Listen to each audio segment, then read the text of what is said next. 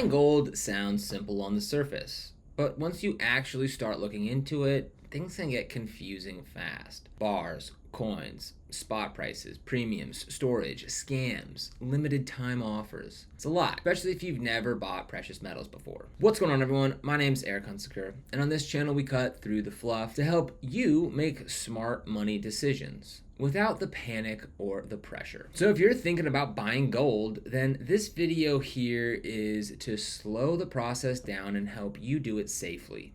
Not rushed and not emotional, and definitely not based on fear-based headlines. We're gonna walk through what gold actually looks like when you buy it, how to avoid common mistakes, and how people are buying gold today in a way that actually fits into a long-term plan, especially when retirement is part of the picture. First things first, why people are buying gold at all. So before we talk about how to buy gold, it's worth talking about why people are even interested in it again. You see, most people aren't buying gold because they think the world is ending. They're buying it because they're thinking long term. Inflation has reminded people that cash loses value over time. Markets go through cycles, and relying entirely on paper assets can feel uncomfortable when economic conditions are unpredictable. Gold isn't about getting rich quickly. It's about preservation. It's about having something tangible that historically holds value when currencies weaken or confidence in the system gets shaky. Once you understand that role, buying gold becomes less intimidating and a lot more practical. Understanding the different forms of gold. So when people say buy gold, they don't always realize how many different ways that can mean. Gold comes in bars, coins, rounds, and even jewelry, but not all of these make sense for beginners. Gold bars. Simple, efficient, and straightforward. Gold bars are exactly what they sound like. Solid blocks of gold in standardized sizes. They usually come with lower premiums over the spot price, meaning you're paying less above the actual value of the gold itself, so that's a plus. The downside is flexibility. If you buy a large bar and you later want to sell only part of it, you can. You sell the whole thing or nothing.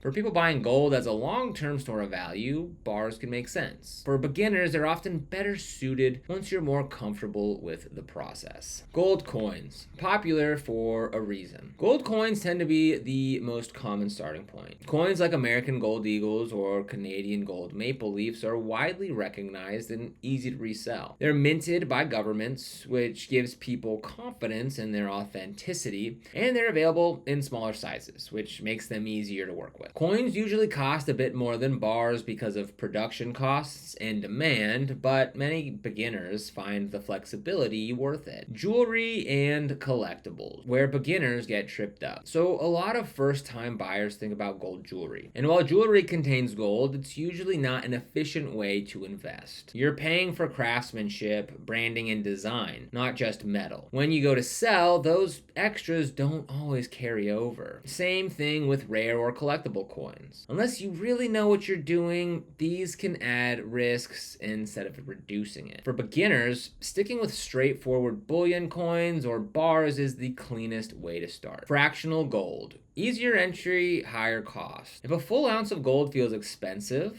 fractional pieces like half ounce or quarter ounce coins can lower the barrier to entry. That said, smaller pieces usually come with higher premiums. You're paying more per ounce for the convenience. There's no wrong choice here. It's about balance. Some people would rather start small and get comfortable. Others prefer to save and buy fewer, larger pieces. The key is understanding what you're paying for and not rushing the decision. The most important step: choosing who to buy from. This is where most mistakes happen. Gold itself isn't risky. Buying from the wrong sources. There are a lot of dealers out there, and not all of them operate the same way. Some focus on education. Others focus on pressure. If you remember nothing else from this video, just remember this. Who you buy from matters just as much as what you buy. What a reputable gold company looks like. A solid gold dealer will be transparent about pricing. Explain premiums clearly. Answer questions without rushing you. Avoid scare tactics or last chance language. They have a long track record and real customer feedback. They won't try to convince you that gold is the only thing worth owning. They'll help you understand where it fits,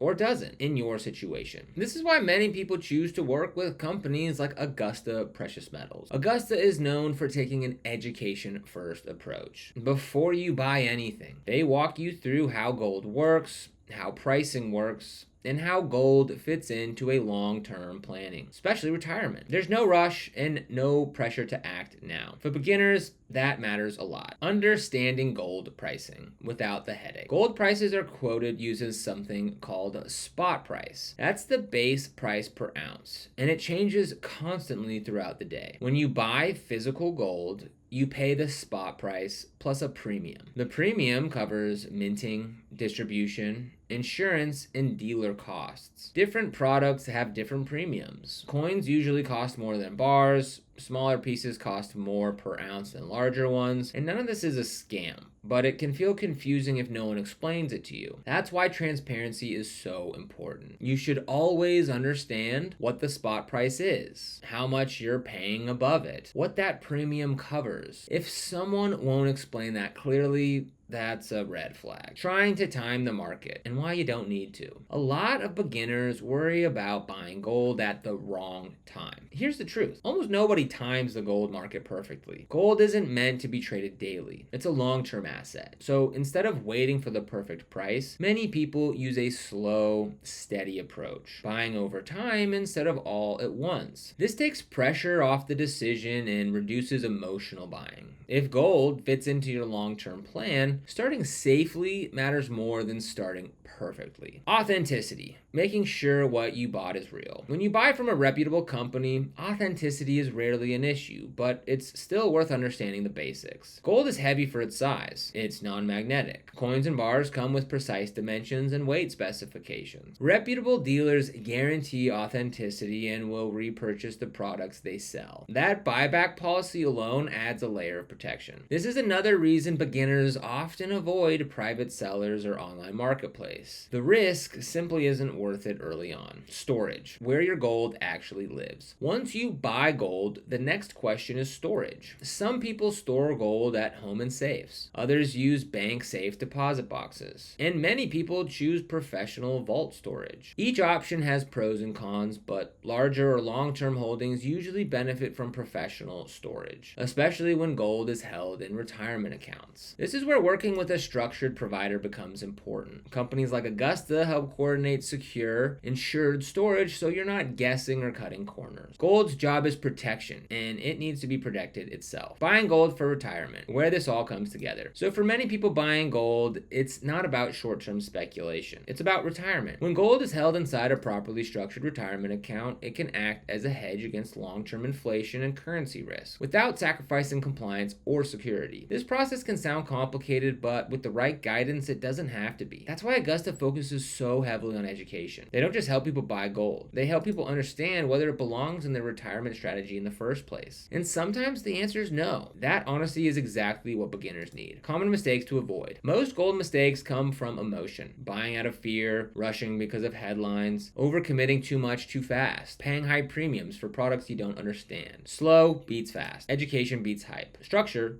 beats guesswork. So buying gold safely isn't about finding the perfect coin or predicting the next price move. It's about understanding gold's role, choosing the right partner, and making decisions that fit your long-term goals. Gold isn't magic. It's not a shortcut, but when used correctly, it can be a powerful tool for preserving value over time. So if you're considering gold and you want to learn more before making any moves, starting with an education-first company like Augusta Precious Metals can help you explore your options without pressure. And that's how buying gold should feel: calm, informed, and intentional. So if you want to learn more about Augusta Precious Metals, you'll find a link down in the description. This is an affiliate link, which means if you end up using them, we do earn a small commission at no extra cost to you. Really helps support the channel and lets us keep making simple, beginner-friendly videos to help you take control of your money. So if you end up using it, we thank you so much. And if this video helped you out, don't forget to like, subscribe, and tap that notification bell so you never miss another video. Here on Your Money Friend, we talk about saving, banking, investing basics, and all the little money decisions that make your life easier without all the confusing jargon. So thanks for watching, and I'll see you in the next video.